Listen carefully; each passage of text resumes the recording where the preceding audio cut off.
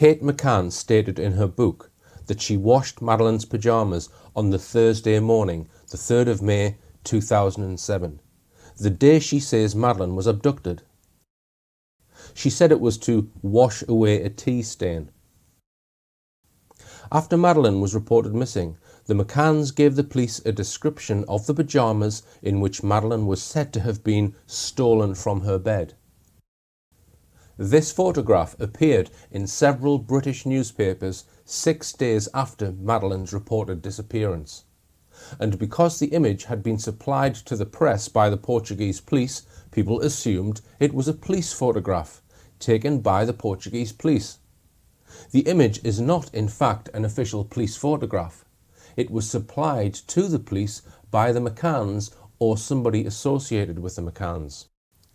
In the released Portuguese police files is a note by Detective Constable Markley of Leicestershire Police, written on or after the 8th of May, exhibiting a black and white copy of this photograph, among others, and headed "Information from the Family." About a month after the image was featured in the media, on the 5th of June on Crime Watch, and again 2 days later at a press conference in Amsterdam, Gerry McCann held up the very same pair of pyjamas. We know they are the same because they share identical imperfections due to having been worn. At this press conference, the McCanns claimed that these pyjamas belonged to Madeleine's then 2-year-old sister, and that they were producing them because they were similar to those Madeleine was wearing when abducted. These pyjamas were most likely from the 2006 range of Marks & Spencer's Eeyore pyjamas, when Madeleine's sister was little more than 1 year old. It is plain that they are far too large to have been bought for someone so young. Even Madeleine's sister herself confirmed they were not hers. Gerry's brother, John McCann, speaking to the media days after Madeleine was reported missing, said that Kate was dressing her in a pair of her sister's pyjamas, and she exclaimed, "Maddie's jammies! Where is Maddie?" So there are several lines of evidence that the pyjamas Gerry is holding up, which are the same pyjamas in this image, in fact belonged to Madeleine and not to her younger sister. These are the very same pyjamas that Kate McCann said she washed on the morning they said Madeleine was taken. So if Madeleine's pyjamas were not abducted, neither was Madeleine. The reasons why we now know these pyjamas belonged to Madeleine are explained in more detail in these two articles, an article by Madeleine McCann researcher Dr. Martin Roberts and one by Nigel Moore, and I'd like to thank them for their detailed research. Kate said she washed Madeleine's pyjamas on the morning of the day they reported her missing. The pyjamas in this photograph show signs that they are still damp. The blue background cloth in the image is identical to the furniture in the McCann's apartment. If it is true that Kate washed Madeleine's pyjamas on the morning of the 3rd of May 2007, then the McCanns themselves may have taken this photograph on the morning of the day they said she was abducted, ready to hand it to the Portuguese police after the planned abduction hoax which was to follow. I'm looking for younger sisters that are a little bit smaller than Madeline's. As you can see, it's a pink top with an character of the euro and short sleeves. White pyjamas off to the floor, pretty fun, and another picture of the euro on the right leg, lower right leg. So as I say, these are virtually identical to what Madeline's wearing, only they're a little bit smaller. This is my 4th release of films exploring the mystery of the alleged disappearance of Madeleine McCann and how Britain's mainstream media have for 10 years withheld from the public many key facts surrounding what happened. In my first set of films, I set out hundreds of facts which to me suggest Madeleine died in her parents' holiday apartment in Praia da Luz and that they, perhaps helped by others for whatever reason, covered up her death. I examined the findings of one of the world's top dog handlers, Martin Grime.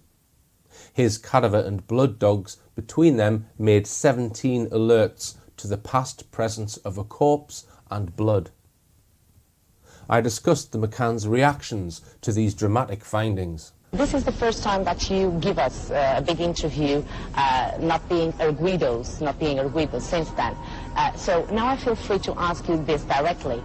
How can you explain the coincidence of the scent of the cadaver felt by British and not Portuguese dogs? Sandra, maybe you should be asking the judiciary because they've examined all of it. But don't you have an explanation we're for obviously that? Madeline's mum and dad, and we're desperate for people to help us find Madeline, which is why we're here today.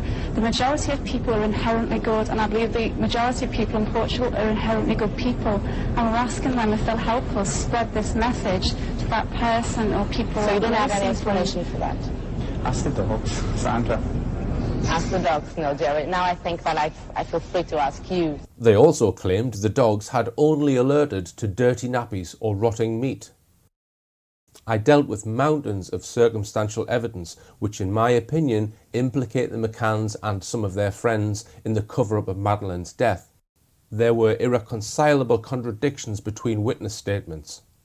In one case, with the alleged visit of the McCann's friend David Payne to the McCann's apartment at 6:30 p.m, the night Madeline was reported missing, I identified no fewer than 20 contradictions. I noted several changes of story about the events of the 3rd of May. Whether the apartment was broken into or not, whether the patio door was left unlocked or not, whether the McCanns entered by the front door or not. I looked at changes of story about how the wind was supposed to have blown the curtains open and closed the door shut when Kate McCann supposedly did her 10 p.m. check.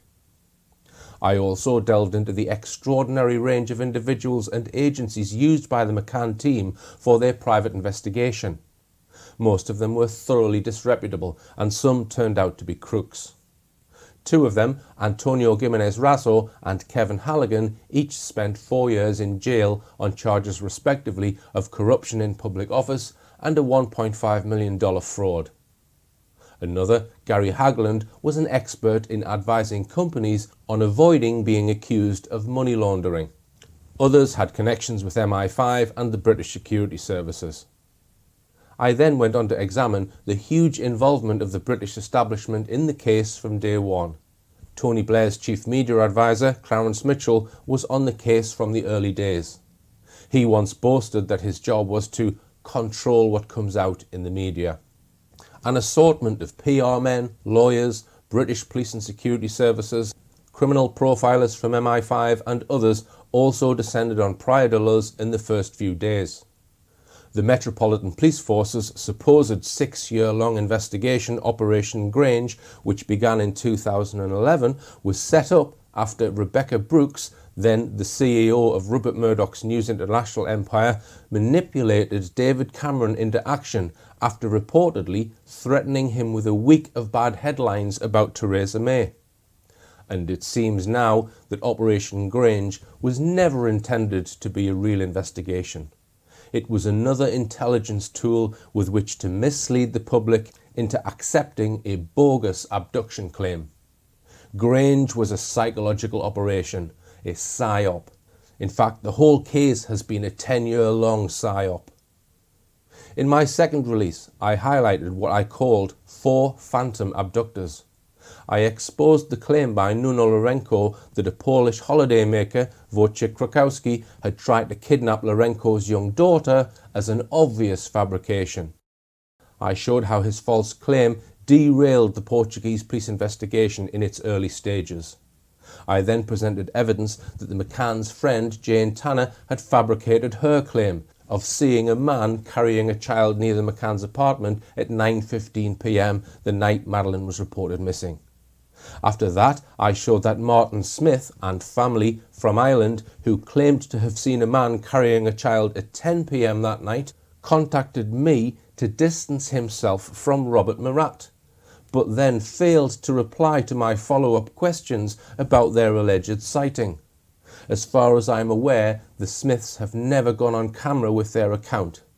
If they wanted to clear things up about whether they knew Robert Murat, why couldn't they clear up some very basic unanswered questions about what they said they saw? For these reasons, in my opinion, their account remains another possible fabrication. Finally, I examined the claim by DCI Redwood from the Met's Operation Grange to have found the person that Jane Tanner claimed she saw. He claimed that 6 years after the event, this man had come forward to say that he had been carrying a child home from the night creche that night. Was this man living without a television in a hole in the ground for the previous 6 years? He has never been named, and I believe DCI Redwood should be arrested and charged with perverting the course of justice, as I am fully convinced this was yet another piece of fabricated evidence. In my third release, titled When Madeline Died, I examined every claimed sighting of Madeline working backwards from 10 p.m. on the Thursday the 3rd of May. None of the sightings could be verified until I reached a detailed sighting by a cleaner who had clearly observed the entire McCann family, including Madeline, at lunchtime on Sunday the 29th of April. With the help of a retired police superintendent who has studied the Madeline McCann case for the past 10 years, I was able to present convincing evidence that the so-called last photo of Madeline, which the McCanns said was taken at 2:29 p.m. on the Thursday the 3rd of May, was probably taken at lunchtime 4 days earlier on Sunday the 29th of April. I have concluded there is no credible evidence from other witnesses independent of the McCanns and their friends that Madeline was seen alive after Sunday. In November 2016, I travelled to the United States to get the opinion of highly respected statement analyst Peter Hyatt, who is an expert in analysing witness statements for possible deception. I recorded a 2-hour-long interview in which Peter Hyatt analysed an interview the McCanns gave for Australian television in 2011. Although Peter Hyatt had not watched any of my films, he came to identical conclusions. What I concluded from just this interview itself is that Madeline is dead, the death was not intentional, that they have disposed of her remains in a hidden manner of which they feel confident will not be found. The cause of death was likely not intended and may have included both causing her to be very sleepy and a fall. They have feared being accused, their concerns about themselves, and that the time frame that they've given must be questioned. Those are things that I conclude strongly. Now, underneath that is the possibility of sexual abuse being part of this equation is strong.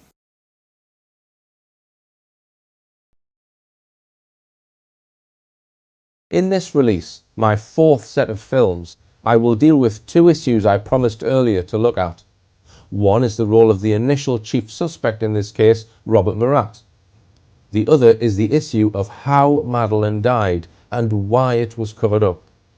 I believe I have demonstrated in previous films that Madeline died earlier in the week, and I believe that the McCanns, with the help from many powerful people and millions of pounds donated by the British public, have covered up her tragic fate.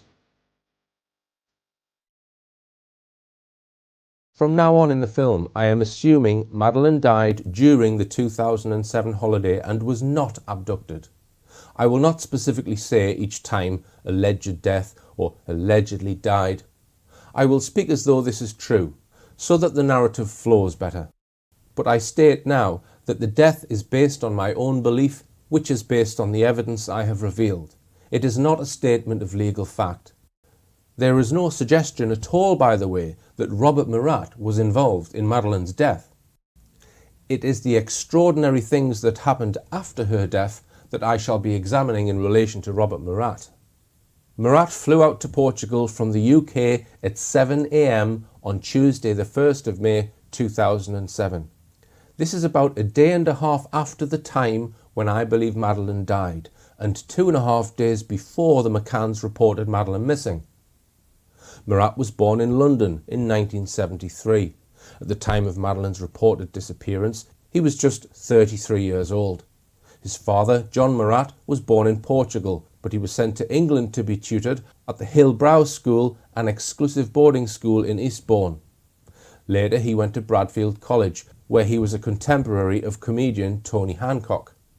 When Murat was less than 1 month old, his parents moved from England to Portugal, initially living near Lagos, where Mr. Murat Sr. pursued property interests. He died when Murat was 12. Murat's aunt and uncle, Sally and Ralph Everleigh, also live close by in Burgao. In my first Madeleine film, I filmed at their property, Salsalitas, which was subject to a long search by the Portuguese police following Madeleine's disappearance.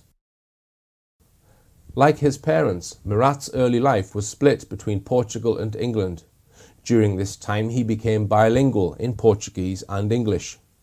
His early education was at the English language Barlavento School and the International School on the Algarve coast. He was then sent to England to study, finally returning to a secondary school in Lagos until he was 16. Then he went back to England and lived with his maternal grandmother in Sidmouth, Devon for a spell. This unsettled to and fro way of life in England one moment and in Portugal the next may explain the very disturbing statement I am now about to read from. It was a witness statement taken by the Portuguese police from a family friend of the Murats, a Mr. Carlos Costa. I can't guarantee its accuracy, as his evidence hasn't been tested in court, but I believe we should take it into account in order to shed possible light on Murat's psychology before we look at his involvement. He has known Robert Murat for about 25 years. He got to know him while working at Jacinto and Murat from 1982 to 84. At this time, Robert was 8 years old. Immediately one noticed that Robert had a strange personality, staying away from people and not wanting to engage. He had somewhat of a violent attitude. He remembers an episode where Robert, on the veranda on the first floor of the firm, threw vases from that exterior without checking to see if anyone was underneath him. A neighbour told him that Robert had tried to have sexual relations with her mother's cat. The animal responded by scratching him on various parts of his body. These injuries were seen by the deponent, given that he, Robert, had visited the Castillejo beach in Villa de Bispo on various occasions. On one of these occasions, he saw Robert scratching at excoriations. He was told by L that Robert had killed the cat out of spite. He also states that he witnessed a macabre episode perpetrated by Robert. He saw him once again trying to have relations, this time with the family dog, who ended up being forced into the house, situated in Almedina y Las Velas. He states that when he went to the beach with Robert, he, Robert, would stay away from the rest of the group, about 15 to 20 metres, and not say a word to anyone the whole day. He also adds that a cousin of Robert, of British nationality, whose name he does not know, and who lives in his house, has suffered an assault by Robert. For this reason she left the home. These acts were hidden by Robert's mother, who protected him and who never punished him.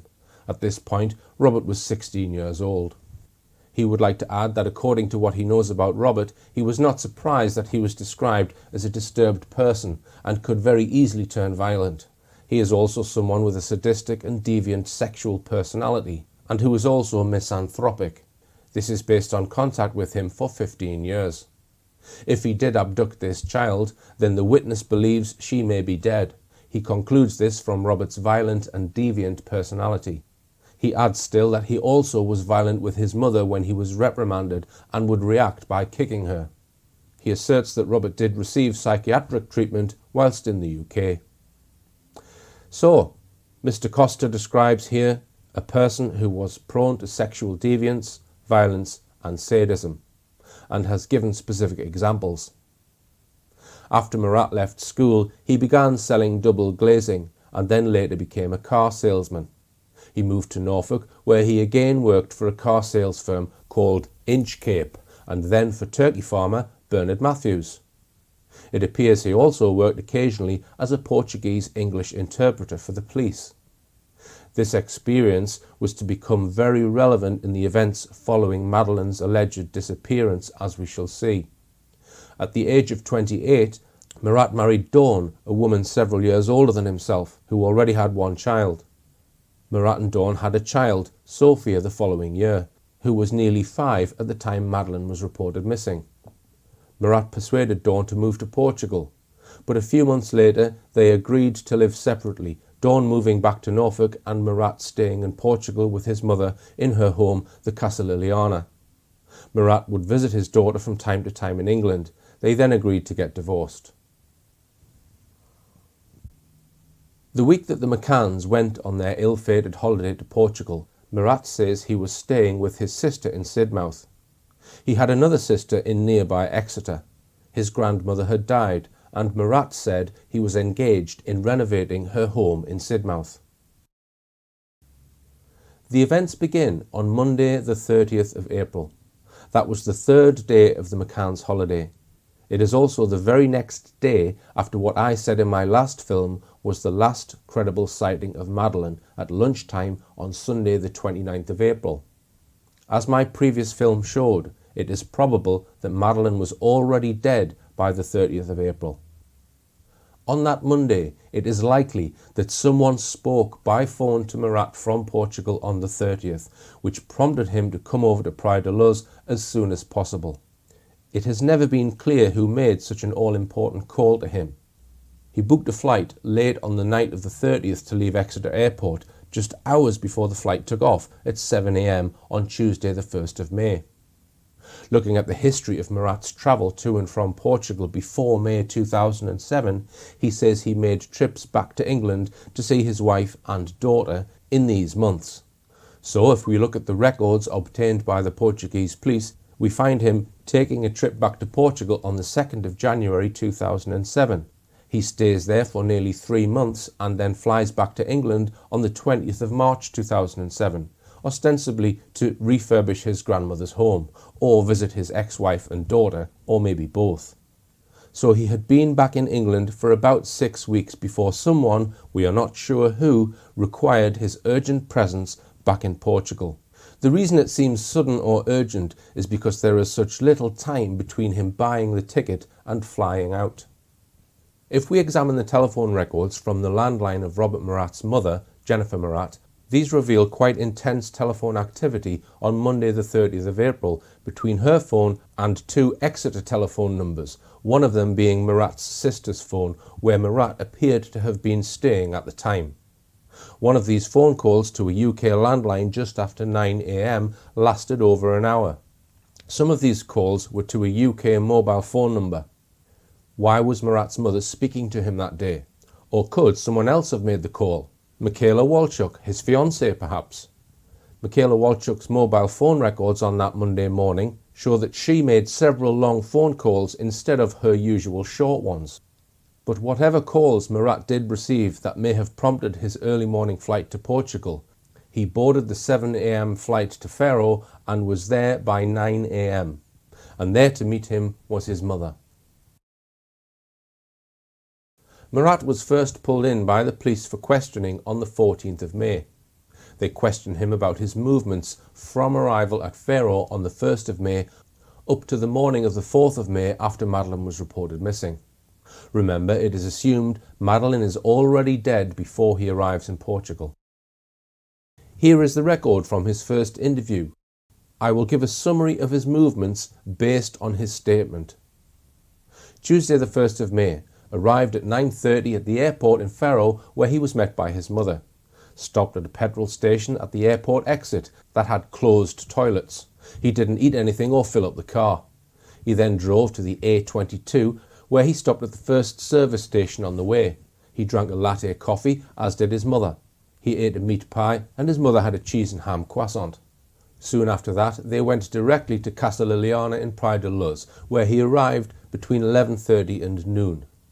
Without unpacking his suitcase or entering his home, he went in the VW to see Michaela, his fiancée, at the house in Lagos where she lived with her husband, Luis Antonio, arriving between 12 and 12:30, where he took some gifts for both her and her daughter.